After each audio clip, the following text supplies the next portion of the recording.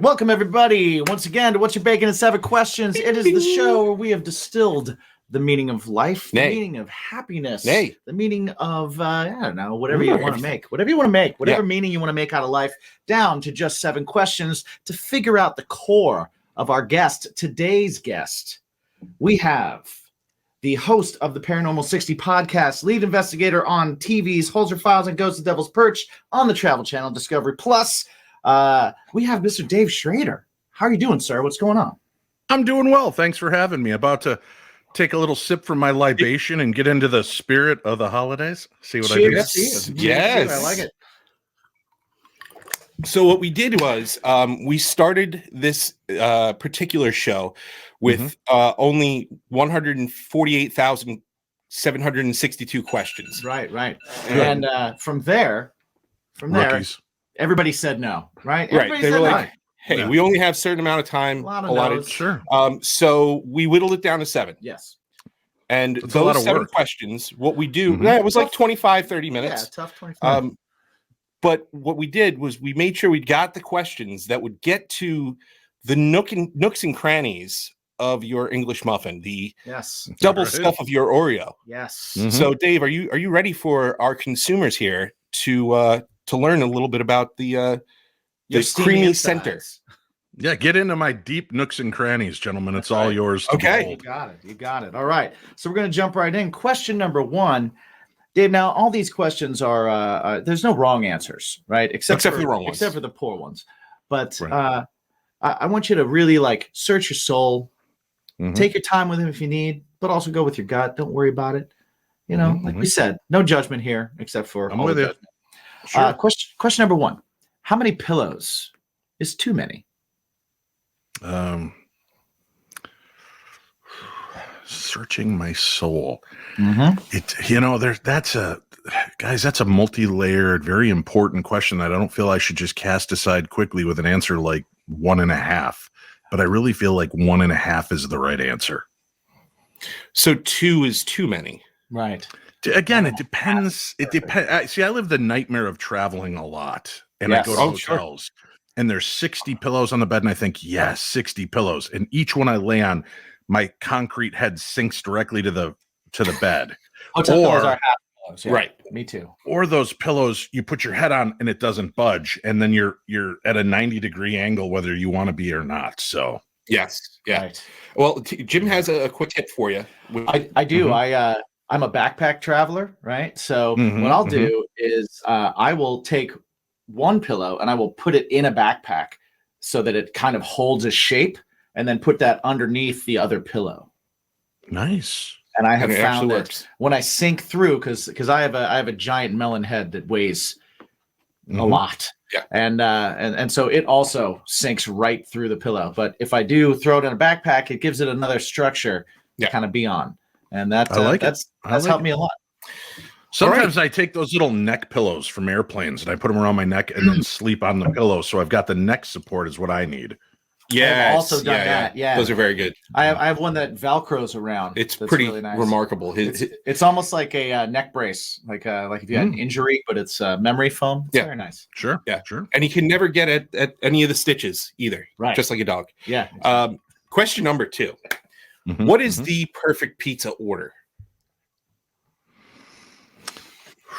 Wow.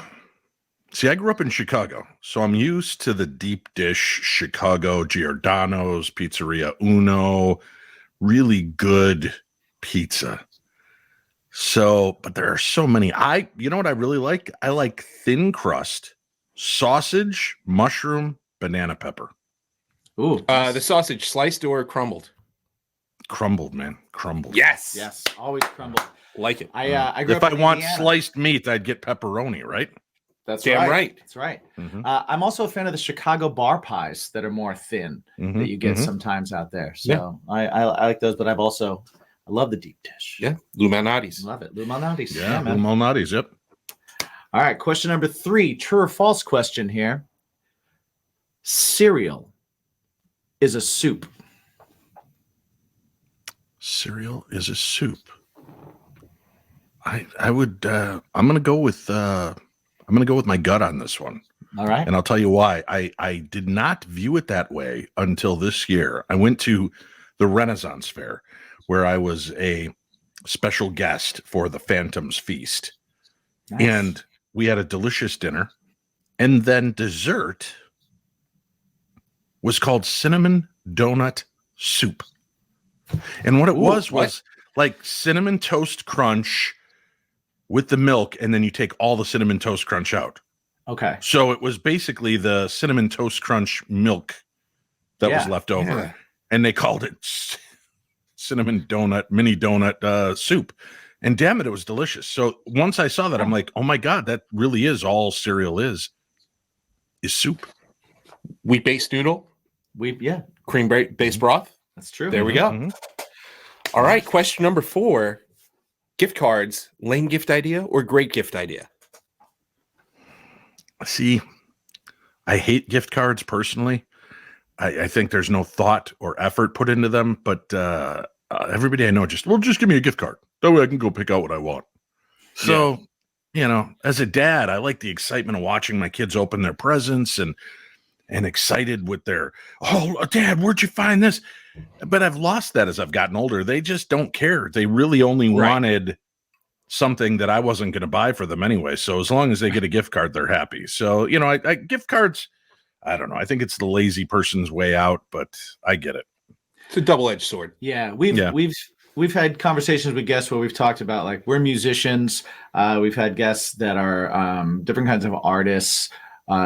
And it's if someone's going to pick out something for us, it's kind of easier to go gift card route, so I could see that, but and that takes a little more thought, because it's like, oh, I know there's something that you do, and here's a card to the place that you like to shop and your but thing. Here's the thing. Hey, I know you're a musician, hence you like music. Here's a Target gift card where they sell music. So I just think it's kind of lame. Wouldn't it be better if I brought to you as a musician, if I brought to you an album and I gifted you this album and you're like, I appreciate it, Dave, but I'm not a Bruce Springsteen fan. Mm-hmm. And I say to you, but this is why I'm giving you this album. I'm gifting you music that meant something to me, that spoke to me and changed me intrinsically. And that's really what music is about. So I want to give you something that maybe will give you a little bit more insight into me and bond our friendship a little closer. And if you don't like it, I'll just keep it then. Wow, I like that. I like that too. That's a great answer. Great answer. Thank you. That's in our top answers. That's got to go. I agree. It's very good. Hall of Fame. Thank you. Mm-hmm. Thank you. All right. Question number 5. What number is Mike thinking of? Come on, man. Really? This is a family show. Come on. Grow up. 69. Come on, man. Just stop it. Everybody does it. Let's just go to 22. That's what you originally thought you were going to think of. But then you went to 69 because you're a guy. And you're like, oh, he's going to say, I'm going to say 69. So I'm going to 69. Well, with that said, question number 6, what is your go-to jukebox pick? My go-to jukebox pick. Boy. Again, see, if you guys understand this, I love music. Music is variant upon the mood I'm in. Like if I go into an oldies diner and it's all set up like the 50s, man, on comes Jerry Lee Lewis, maybe a little Breathless or Great Balls of Fire. If I'm at a bar and it's kind of a honky-tonk atmosphere, maybe a little Hank Williams Jr., all my rowdy friends are coming over tonight. I don't know. Nice. If I'm in a rock establishment and there's a jukebox on the wall, I question if they're really a rock establishment after all. And that's kind of the vibe I feel. But listen, Born to Run, to me, you could play it at any bar at any time and it's going to perk people up. So Born to Run, Bruce Springsteen, final answer. Well, and I like it because, we've said there's generally 2 types of people. Right. There's the person that'll go into the bar, scan the bar, figure out what is going to make, like, okay, where am I? Let me take in the atmosphere. Let me take in what's going on and let me fit and enhance what's happening. And then there's the people that are like, let me take it in. Let me see what's going on. Let me destroy and make uncomfortable. And those are two different types of people. And I like that you're the enhance and fit type of person. I was stopped yesterday. There are the nights. There are the nights when you're in there and it's one maudlin tune after another. Oh, okay. And then you're just like, oh no, let's get a little Enter Sandman or get something that's just driving and dark and it's going to make everybody come out of this, Birkenstock wearing, coffee sipping, drug induced depression haze they're in, and let's get them back into life. Give them a little infusion. Yeah. And if they don't spring to life, and even some of the most jaded people on the planet start bobbing their head to a little Metallica, right? When they start hearing that drum beat and the boom coming out, you just got to go with it. So I think, again, it depends. Sometimes the world needs a little shakeup. I like that. 100%. I do like that. Yeah. All right, here we are. We're already at question number 7. We are at the end of our list. Now, question number 7 is cool because depending on your answer to question number 7, you could be eligible for a bonus question. Mm-hmm. Oh, that could happen. That could happen. Okay. So far, that's never not happened. 0% of the time. Everybody's got it. All right. Yeah. But there's always a first, right? Mm-hmm. Now, this one, I love this question right now because we have gotten some of our best answers from paranormal experts, people in the field, or people that are sensitive to that genre of life. Genre of life. Yeah, that works. So I'm interested. So I just want to know, question number 7, Dave Schrader, how do you feel about garden gnomes?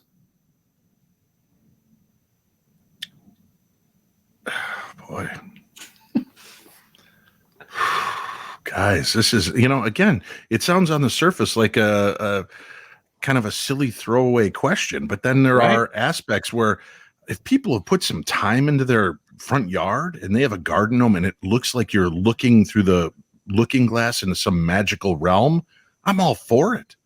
Yeah. I'm also for, I love that there's like the statue of Godzilla eating garden gnomes that people have in their garden. I've seen that. Yes. I've seen that, which is That's pretty cool. I like the ones that are coming up out of the ground that look like zombies. The zombie ones, the gremlin ones are pretty cool too. Yeah, but if there's just I've got a garden gnome and a pink flamingo and a spinning wheel, I just feel like somebody got a deal at Walmart. And again, pick a lane. They're gnome posers. That's right. Yeah. Mm-hmm. Yeah. Gnome posers. But I think that's a great answer. Yeah. I think that warrants the bonus question. Dave, you've had a series of just fantastic answers. Yeah, so really, thank you. Maybe I should just wrap it up at this point so I don't jump the shark. I don't know. There's definitely time to ruin this, and we're gonna try our best. We're gonna try our best. All right. Okay. All right. Give it to me. So here we go. This is a multiple choice. Dave, bacon. Is it a topping? Yes. Is it a side? Or is it a main course? Gentlemen, bacon is none of the above. It is the way of life. So I don't think you can pigeonhole something like bacon. That's like looking at the human race and seeing that it's just flesh and bone instead of seeing all that each individual brings to it, because there are jalapeno bacons and candied bacons and Canadian bacons, which we know is just ham, those posers. Just ham, but but there's many different types of bacon, just like there are many different types of humans. And I don't think we should pollute the world by putting them in one little case. Bacon is good. We usually look for all the above, but that is. But I will say that is almost above and beyond. That is almost word for word what we wrote down at the beginning. Right. Yeah. So you really nailed it. So you've gotten it correct.